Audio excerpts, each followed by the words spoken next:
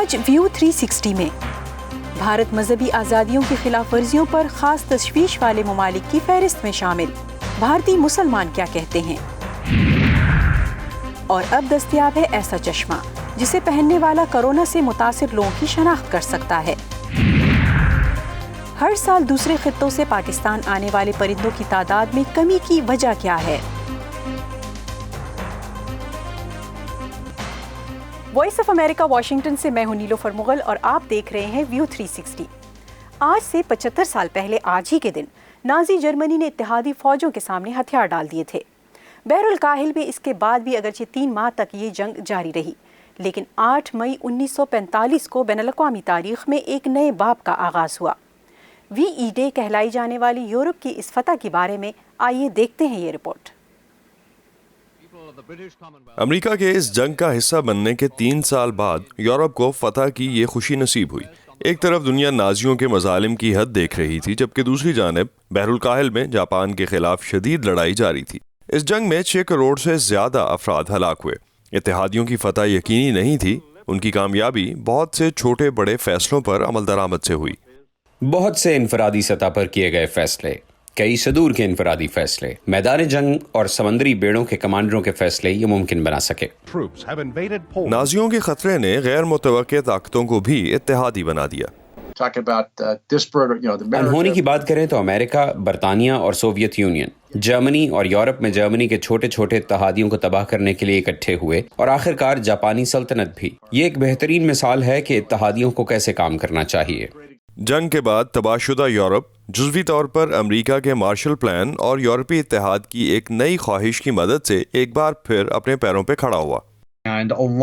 Europe میں بہت سی تبدیلیاں اور ادارے جو ہم آج دیکھ رہے ہیں، ان کے بننے کی وجہ ایک تو دوسری جنگ عظیم کے بعد کی تعمیر نو کی ضرورت تھی، اور دوسرا یورپینز کو محسوس ہوا کہ اب وہ یہ سب تنہا نہیں کر سکتے تھے، انہیں کسی کی مدد لینا پڑے گی۔ بہت سے ممالک کے لیے امریکہ ایک ماڈل بن گیا تھا۔ In the world of freedom, the proudest boast is, ich bin ein Berliner. امریکہ نے بین الاقوامی اداروں کو فروغ دیا، جیسا کہ اقوام متحدہ، IMF اور ورلڈ بینک کا بنایا جانا، اور بنیادی طور پر دنیا بھر کی معیشت کو امریکی ڈالر کے ساتھ جوڑ دینا۔ امریکہ کی کمیونسٹ چین اور سوویت یونین کے ساتھ نئی سرد جنگ نے کشیدگی بڑھا دی، اور آج پھر ایک نئی قوم پرستی کی لہر اٹھی ہے۔ بہت سے ملک خود کے اندر سمٹ رہے ہیں۔ ایک سوال یہ کیا جا رہا ہے کہ کیا آزادانہ تجارت جیسی روایتی امریکی قدریں واقعی اب ہمارے حق میں کام کر رہی ہیں؟ اس لیے 1945 کی نسل کے مقابلے میں اب کی نسل کا رویہ بہت مختلف ہے۔ ایک طرف امریکی پیداواری شعبے کا بہت زیادہ نقصان، اور دوسری جانب اس عالمی وبا کورونا کا سامنا ہے۔ یہ وقت دوبارہ جائزہ لینے کا ہے۔ اب جب ہم دیکھ رہے ہیں کہ امریکہ میں بننے والی ادویات ہمارے لیے بہت کم ہیں، ہمارے پاس حفاظتی کٹس اور ماسک بہت کم ہیں، اب جب ہم یہ دیکھ رہے ہیں تو احساس ہو رہا ہے کہ یہ ایک پیداواری جنگ جیسی صورتحال ہے۔ خوشی اور اتحاد کے اس دن کو یاد کرتے ہوئے اس بار توجہ مختلف چیلنجز پر مرکوز ہے۔ مائیک سولیون کے ساتھ Asadullah Khalid, Voice of America. United States Commission for International Religious Freedom کی 2020 کی رپورٹ میں بھارت کو ایسے ملکوں کی فہرست میں شامل کرنے کی سفارش کی گئی ہے جہاں مذہبی آزادی کی صورتحال خاص طور پر تشویشناک ہے۔ پاکستان پہلے ہی اس فہرست میں شامل ہے، لیکن 2004 کے بعد بھارت کی ریٹنگ اتنی گری ہے۔ اس رپورٹ میں بھارت کے مسلمانوں کی مذہبی آزادی کو خاص طور پر خطرے میں بتایا گیا ہے۔ بھارت میں اس رپورٹ کو کتنی سنجیدگی سے لیا جا رہا ہے، بتا رہی ہیں دلی سے رتل جوشی۔ بھارت دنیا کی سب سے بڑی جمہوریت جس کی بنیاد سیکولرزم پر قائم ہے، مذہبی آزادی کے اعتبار سے اب چین، شمالی کوریا اور سعودی عرب جیسے غیر جمہوری ملکوں کے ساتھ ایک صف میں کھڑا کیا جا رہا ہے۔ امریکہ کے آزاد کمیشن برائے بین الاقوامی مذہبی آزادی یا USCIRF نے امریکی وزارت خارجہ سے سفارش کی ہے کہ بھارت کو ان ملکوں کی فہرست میں شامل کیا جائے جہاں مذہبی آزادی کے صورتحال خاص طور پہ تشویشناک ہیں۔ بھارتی وزیر خارجہ نے رپورٹ کو غلط بیانی کی انتہا قرار دیتے ہوئے پوری طرح مسترد کر دیا ہے، اور یہی رد عمل حکومتی جماعت BJP کا بھی ہے۔ بھارت میں آج سمپردائک جو سوہارد ہے وہ دنیا میں کہیں نہیں ہے۔ یہاں تک کہ امریکہ میں بھی ویسا نہیں ہے. اس طرح کی رپورٹ میں اس طرح کی رینکنگ ڈالنا، اس کو پوری طرح سے بھارت نے خارج کیا ہے. بھارتی جنتا پارٹی مانتی ہے کہ یہ جان بوجھ کر کی گئی شرارت ہے. لیکن سوشل ایکٹیوسٹ سے لے کر مسلمانوں کے مذہبی نمائندے تک مانتے ہیں کہ رپورٹ میں کہی گئی باتوں میں کچھ وزن ضرور ہے. ابھی جو نفرت کا جو لیول ہے، جسے کہتے ہیں کہ ہیٹریڈ جو ہے وہ اب اس کا تھریش ہولڈ جو ہے وہ کراس کر چکا ہے، اور عام جنتا میں نفرت میڈیا کے ذریعے اور سرکار کے ذریعے اتنی زیادہ بھر دی گئی ہے کہ بہت ضروری ہے کہ ایک بھارت کے اوپر نظر رکھی جائے. اور ہم اس سے بالکل ایگری کرتے ہیں کہ یہ جو رپورٹ آئی ہے یہ صحیح ہے. انڈیا کے مسلمان بہت سارے ملکوں سے بہتر حال میں ہیں آج بھی انڈیا میں، لیکن یہ رہیں گے اسی طرح سے، یہ رہیں کہ ہم ہمیشہ یہ کہہ سکیں، یہ محسوس کر سکیں، اس کو فیل کرے عام آدمی. اس کی بہت کمی ہے، یہ فیلنگ کم ہوتی چلی جا رہی ہے. USCIRF کی رپورٹ کہتی ہے کہ بی جے پی حکومت نے 2019 کے انتخاب میں حاصل ہونے والی اکثریت کو مذہبی آزادی سلب کرنے والی پالیسیز بنانے میں استعمال کیا. مسلمان ان پالیسیز کا خاص نشانہ بنے. ایسے لیڈرز جو NRC CA کی پروٹیسٹ کو لیڈ کر رہے تھے، ان کو خاص طور سے اریسٹ کیا جا رہا ہے. اس کے ساتھ ساتھ یہ بھی ہو رہا ہے کہ جیسے ہی کرونا وائرس شروع ہوا، ایک پورا کا پورا اٹیک کیا گیا تبلیغی جماعت کو لے کے. اور آج کے حالات یہ ہیں کہ جو ایک آرڈینری مسلم ہے وہ بے حد اپنی سیکیورٹی کے لیے ڈرتا ہے. جو سٹیزن شپ امینڈمنٹ ایکٹ آیا ہے اس میں لیگلی دیکھیں گے تو کوئی چیز غلط نہیں نظر آتی، لیکن جس طرح سے ایکسکلوڈ کیا گیا ہے یا ایکسکلوڈ ہونا نظر آ رہا ہے، یہ انڈیا کے لیے ٹھیک نہیں ہے. لیکن حکومتی نمائندوں کا کہنا ہے کہ بھارت آج بھی مسلمانوں کے لیے کسی بھی دوسرے ملک سے بہتر ہے. دیکھیے، یہ صحیح ہے کہ پچھلے دنوں میں سٹیزن شپ امینڈمنٹ ایکٹ پر NRC پر غلط فہمی پیدا کی گئی. اب اس پر کوئی غلط فہمی نہیں ہے. بھارت کے مسلمانوں کو اپنی سرکار پر پورا بھروسہ ہے. یقیناً بی جے پی 3 دہائی بعد اپنے دم پر اکثریت حاصل کرنے والی پہلی پارٹی ہے، لیکن یہ بھی سچ ہے کہ اسی کی حکومت میں بھارت کی USCIFR رینکنگ نے پچھلے 15 سال کی سب سے بڑی گراوٹ درج کی ہے. رتل جوشی، وائس آف امریکہ، دلی. بھارت کے زیر انتظام کشمیر میں کرونا وائرس کے مریضوں کی تعداد بڑھنے کے ساتھ لاک ڈاؤن میں سختی اور اضافہ کر دیا گیا ہے. کاروبار بند ہونے کی وجہ سے پہلے سے خراب معیشت مزید زوال کا شکار ہو رہی ہے. زبیر ڈار ہمارے شو کی اس اگلی رپورٹ میں ہمیں لے کر جا رہے ہیں سری نگر، جہاں کے لوگوں کا کہنا ہے کہ اس بار کا رمضان پہلے کسی بھی رمضان سے مختلف ہے. دنیا بھر کو جہاں کووڈ-19 نے اپنی لپیٹ میں لے لیا ہے، وہیں بھارت کے زیر انتظام کشمیر میں بھی اس عالمی وبا کے پازیٹیو کیسز میں بتدریج اضافہ ہونے سے مریضوں کی تعداد 700 سے تجاوز کر گئی ہے. اس وبا کے پھیلاؤ نے یہاں کشمیر کی معیشت جو پہلے سے ہی تباہال تھی وہ اور بھی زوال پذیر ہو گئی. یہاں کے بازار اور کاروباری مراکز جو بالخصوص رمضان کے مقدس مہینے میں پر رونق اور گہما گہمی سے بھرے ہوتے تھے، آج اس سال یہی بازار کچھ اس طرح کا نظارہ پیش کر رہا ہے. بازار میں تو اتنی رونق رہتی تھی رمضان کے مہینے میں، وہ تو آج کل ہے ہی نہیں بالکل بھی. تو اسی وجہ سے آپ خود دیکھو یہ بازار اس وقت کیسا پڑا ہوا ہے، ایک دم سناٹا ہے. اوپر والے کا عذاب ہے ہمارے اوپر اور کچھ نہیں.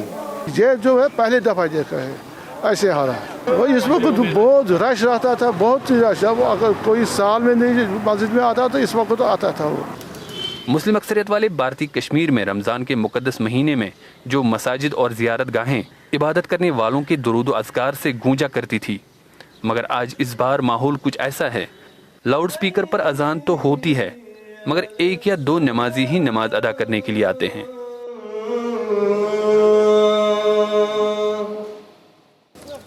زیارت گاہوں پر خاموشی چھائی ہے، صرف ایک کبوتر اور کچھ سائل نظر آتے ہیں. اس سلسلے میں ہم نے ایک سری نگر کی مرکزی مسجد کے عہدیدار روف احمد سے جب بات کی تو ان کا کہنا تھا، میں نے اپنا تجربہ ہے، بلکہ میں نے اپنے بزرگوں سے بھی سنا ہے کہ ایسا دور ہمارے زندگی میں کبھی نہیں آیا ہے کہ ہماری مسجدوں میں لاک لگا ہو. آج ایسا دور ہے کہ اس سے پہلے وادی میں بہت حالات خراب رہتی تھی. ہم نے کرفیو دیکھے ہے، ہڑتال دیکھے ہے، گولیاں چلی یہاں پر، لیکن مساجد کبھی بند نہیں ہوئے.